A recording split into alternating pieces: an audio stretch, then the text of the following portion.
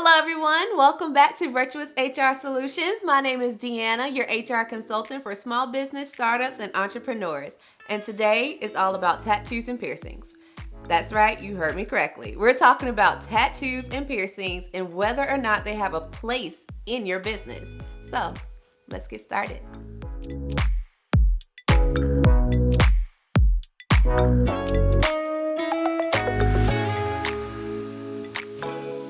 Unless you've been living under a rock, tattoos and piercings are the norm. They're normal. They're no longer taboo as they used to be 20-something years ago. I'm pretty sure almost every single person you know has either a tattoo and or a piercing. I have tattoos myself. So reason I'm talking about tattoos and piercings because you are a small business owner, you are an entrepreneur, you are a startup, and eventually you're going to have to hire someone to help you grow your business. And who are you going to hire? Of course, these people with tattoos and piercings. Duh, that's what this episode is all about. Now, why am I talking about people with tattoos and piercings? Because you are a business owner, you are an entrepreneur, you are a startup, and eventually you're going to have to hire someone to help you. You want to grow your business, right? You want to make money? Well, you're going to need employees to help you do that. And you're going to come across people with tattoos and piercings applying for your positions. So, we need to talk about how to handle that. Let's talk about a real world example. And by real world, I mean my husband. Ever since I met him, he has always wanted to be a police officer. He even went to school and he majored in criminal justice. He was serious about being a police officer. But he couldn't be hired as a police officer because of one thing. You guessed it, tattoo. He has a tattoo on his forearm. And as you can see, it's a pretty large tattoo.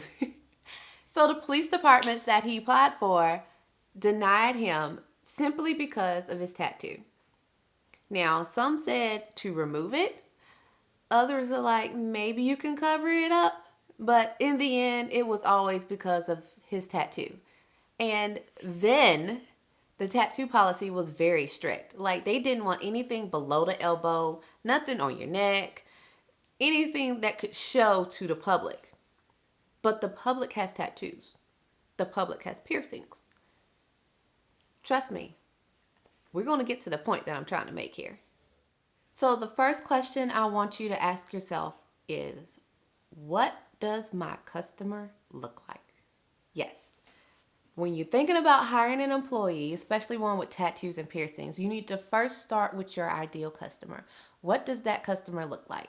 Now, if it is someone older, say an assisted living facility, you might want to tone it down on the tattoos and piercings. But if you, own a tattoo shop, then yeah, your employees want to have tattoos and piercings.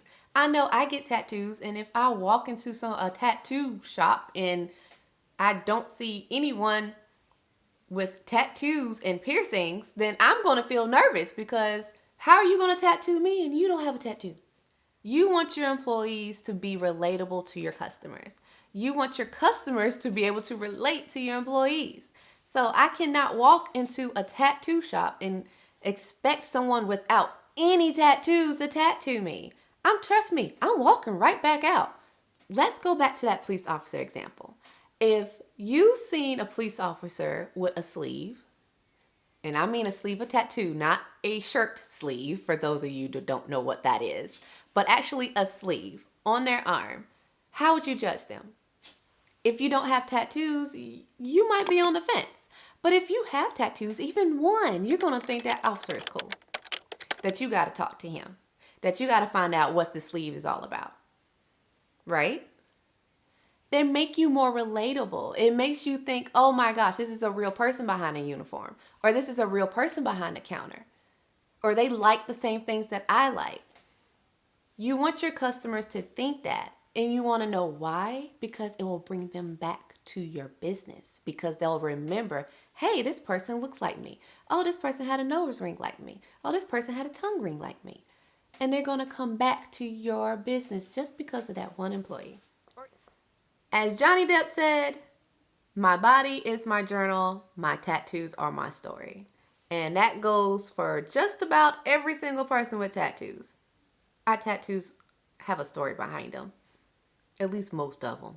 So when you looking to hire an employee and someone walks in with tattoos or piercings, instead of just automatically turning them away, why don't you ask their story?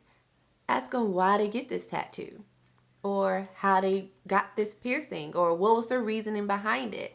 Understanding someone's story will actually make you a better manager, builds that trust, and hey, improves employee engagement, which grows your business, which gets you Monday. But, and there is a but, there is a such thing as excessive tattoos and piercings. And I mean excessive and offensive. You don't want to hire anyone that has an offensive tattoo.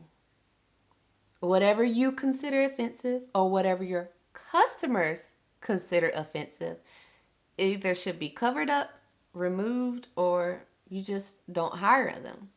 And as a business owner, you have a right.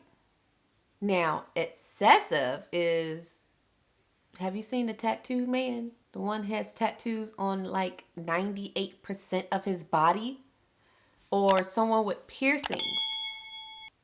Like they can't go through a metal detector at all. Now, if your business caters to those type of people with excessive tattoos and piercings, then hey, go ahead and hire them. But don't hire them just because you feel like you have to. Never hire because you feel like you have to. Always, always, always remember how your employees look will affect how customers view your business. Especially if you have a customer-facing business, then yes, you need to seriously think about how your employees look. Even though I have tattoos myself, I do have my limitations, such as tattoos on the face. I just cannot do tattoos on the face. So when I get to that point where I'm hiring, no tattoos on the face. I can do a nose ring, eyebrow ring, a lip ring, but probably not all three. Again, your preference on your customers. If you've seen any of my other videos, I'm always talking about handbooks when it comes to hiring employees. Why? Because they go hand in hand. When you start hiring, you need an employee handbook, especially when dealing with tattoos and piercings. Now, you do not want one of your employees to go out on the weekend and then come back with a tattoo on their face or a tattoo on their hand or excessive piercings on their face. So an employee handbook will create that balance for you. And if they violate that employee handbook, then that's up to you on how to want to handle that. But remember, your employees are your first impression when it comes to customers. I'm going to drill that into you today.